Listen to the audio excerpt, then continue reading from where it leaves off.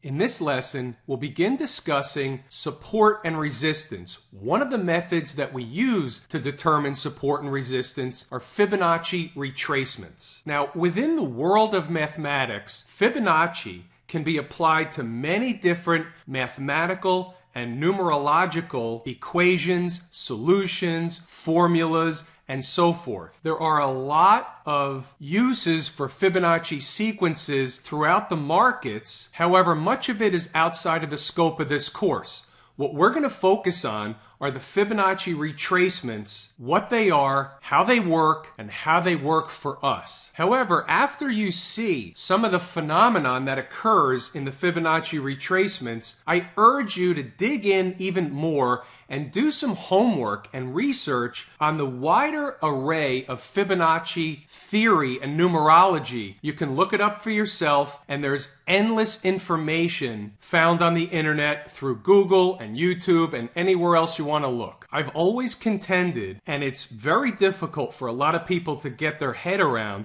the fact that the market is based on mathematics. Many analysts and people out there will argue about fundamentals all day long. However, when I show you about the Fibonacci retracements, and this is really just the tip of the iceberg in the entire Fibonacci theory, you'll begin to appreciate that mathematics plays a very, very important role in the markets. All decent charting platforms will have what's called a Fibonacci retracement tool. Most will have other tools such as a Fibonacci cycles tool, Fibonacci speed resistance lines, Fibonacci speed resistance fan, and others. And these are important and they do have their uses. However, again, outside the scope of this course, not necessary for what I'm teaching on how to trade the markets. However, some people like to learn, some people are curious, and I urge you, if you are, to go ahead and do the research and play around with those things. They do have value. They're just outside of the scope and what I'm teaching and what's necessary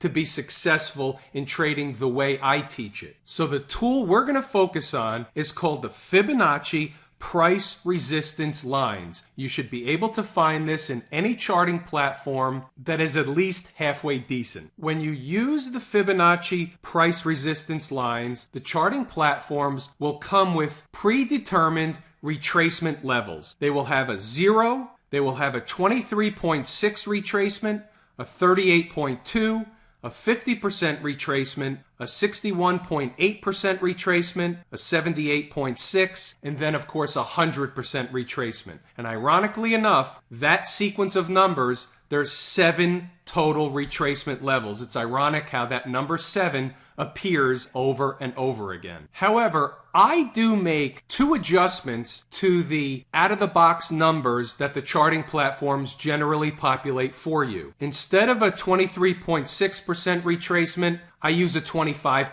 retracement. It's a round number, and I'll explain further in a minute. The second one that I adjust is the 78.6% retracement. I round it to 75%. The reason I do it is really for 2 reasons. Number one is 25% and 75% are more natural than the 23.6 and the 786 that the charting platforms come with. The second reason, as a result of them being more natural, is I've found throughout my trading career that the market tends to respect the 25% and the 75% more often than the canned numbers that the charting platform comes with. So over time, I've migrated over to those numbers, and you can use whichever ones you like. Either way, they're very close together, and it's not going to make that much difference one way or the other. I'm just letting you know what I do. You can certainly make your own decision going forward. But if you think about it from a natural perspective, the 25% and 75%, if you look at like $1, $1 is broken down into increments of quarters typically, 25 cents, 50 cents, 75 cents, $1. It's more natural that way. The year is broken down into 4 seasons. Therefore, each season takes up about 25% of the year. It's just a more natural way to do it in my book. And those are just a couple of examples. There's many more that you can think of. How do we use them? That's what's important. The first thing we need to recognize is we're always looking for what I like to call a defined pivot low and a defined pivot high. This would be a defined pivot low, something that jumps out at you on the chart, something you don't have to squint to see, something you don't have to second guess yourself, is that a good pivot low or not? Something where on the chart you can say that certainly was an important low made on the chart, at least for this point in time. And just like all the other lessons, these can be applied to any chart, any time frame. A 10-minute chart, a 60-minute chart, a daily chart, and we're going to use them on various time frames, and that's where it's going to be most helpful to us. Once you have a defined pivot low, you want to find the next defined pivot high. There's a defined pivot high. Now this red candle, the high is at the same level as the candle within the circle, so it wouldn't really matter which one you used. The point is, this is a defined pivot high on the chart. Now let's take our first foray into drawing the Fibonacci retracement lines on the chart and see what happens. Now the way this works is, in this case, we're drawing from low to the high. Why? Because the low occurred first, the high occurred second, and the retracement means that the market is retracing a portion of the move. What do I mean by that? The market made a low and rallied higher. It then found a resistance point and began to decline or pull back. Therefore, the market is retracing a portion of the move from low to high. And it works in both directions, and we'll look at more examples later. But let's take a look at how the market reacted and how it respected certain numbers in the Fibonacci retracement sequence. So the market made a high and pulled back. And look where the next candle went. It went down to the 25% or 2-5 retrace, as I like to call it. Once it hit that number, it bounced off that line and rallied higher. Now, you don't know exactly how the market's going to react whenever it hits these numbers, but this is one example, and we'll see many examples through time where the market does either rally or even bust through a Fibonacci number. And we'll also discuss how we're going to apply all the other technical tools that we have in determining whether or not something should be a bona fide support or resistance level. We're going to use other technical factors that we've learned in order to determine if we're able to take a trade at these levels or not. But for now, let's just focus on the retracements and how the market respects certain areas on the chart. Certain price levels will become important. Another thing we want to make note of that's very important is when a market comes down to hit a retracement level, it may hit that level multiple times. What I will tell you is, if you're looking for a trade and the trade makes sense at the time, the first hit is your best hit. Your first hit of a line is going to be your best opportunity for a trade if in fact you intend to take a trade at that level. If the market begins bouncing around the level and you decide to take a trade after a third or fourth hit, it does not have the same probabilities as the first hit. Your first hit is your best hit. So we saw the market bounce off the 2-5 retrace level, and then it came down further, and it came down toward the 382 retrace. Now, one thing you'll notice, and this is an interesting nuance in the market, where the market came up short a couple of times as it approached the 382 retracement. You see those two red candles came up just short of the 382 retracement and bounced higher. In fact, they both went right back to the 2-5 retrace. It's not a coincidence. It's not irony. It's the way the market works. The market will respect these levels over and over and over again. And just like anything else, not 100% of the time, but a lot of the time. On the third candle, as the market came into the 382, it's not a wonder that it went through the 382 rather than bouncing off of it. Why? Because it came up short twice. And you'll find that happens over and over and over again. If the market comes up short of a level once, twice, the odds on that level being a perfect hit at some point in time are reduced, and the probabilities become less that that level is going to hit spot on. So as you can see in this candle here, the market came down, pierced through the 2-5 retrace, but yet again, it bounced higher, and what did it do? It went back towards the 2-5 retrace. You'll find that this is the way the market works over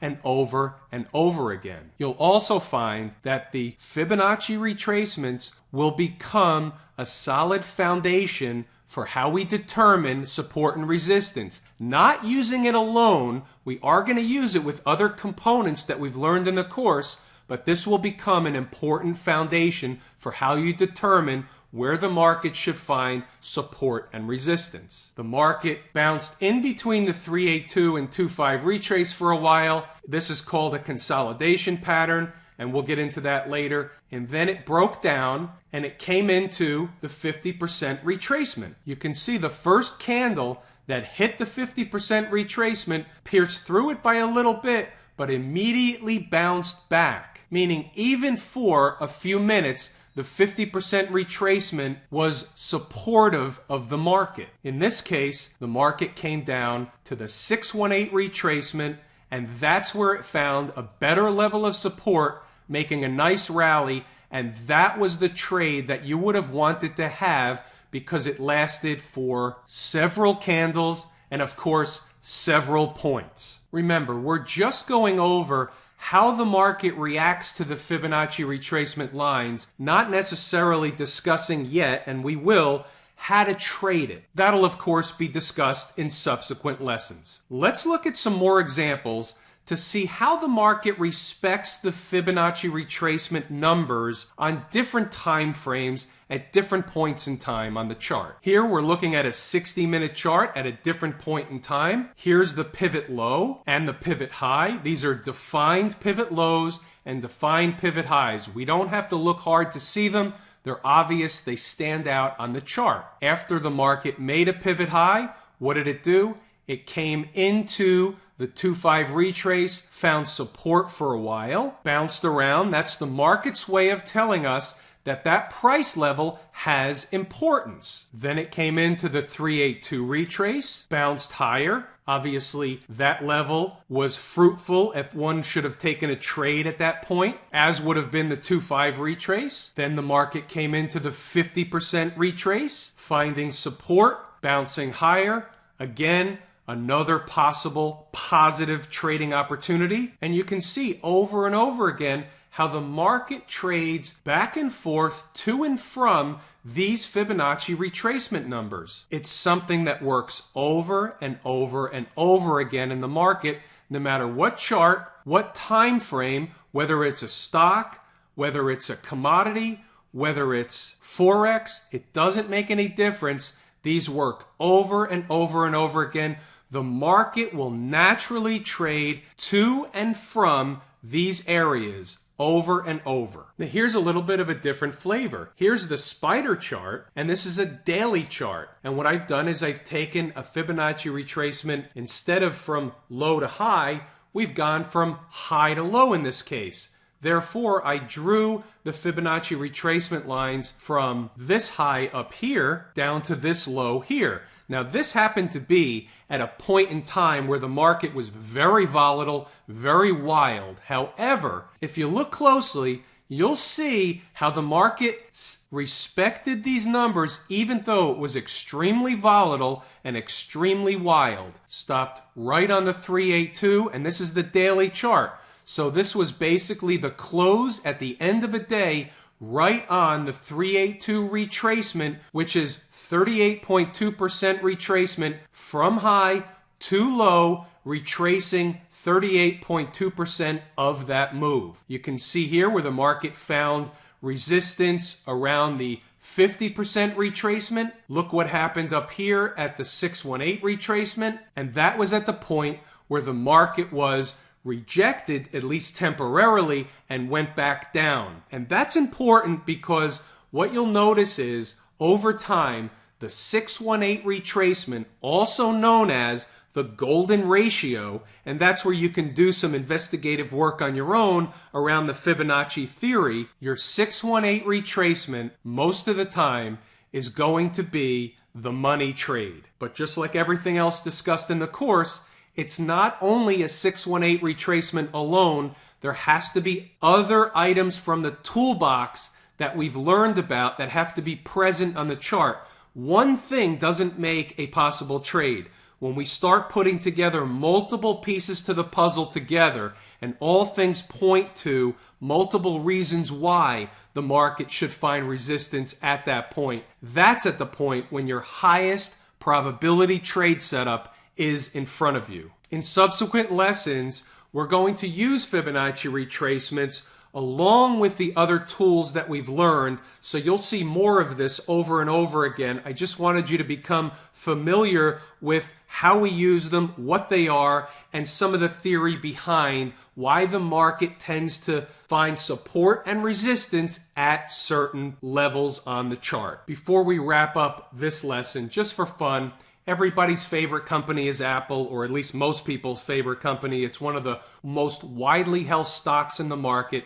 Here's a monthly chart of Apple, a very, very long-term chart of Apple. If I were to pick out a price on the chart, a point in time where the chart was telling us that this price level was important because it found support at this level. For example, right here, this was at a point when Apple found support and had a nice big long-term rally from that level. This was all the way back in 2013. So I'm going to use this, just for argument's sake, to draw a Fibonacci retracement and see what happened next. My starting point was at that level, and my higher pivot is up here. And look what happened. Just for argument's sake, the market retraced half the move, 50% retracement. Remember, this is a long-term chart. It retraced 50% of the move before breaking out higher on this move here. So you can see how these Fibonacci retracements, they work on 10-minute charts, 5-minute charts, hourly charts, and they work on very long-term charts as well. So not only can they work for intraday traders, scalp trading, day trading, but they also work for investing for the long term. So everything I'm showing you here has a wide variety of applications, from the very, very short-term scalp trader all the way to the long-term investor.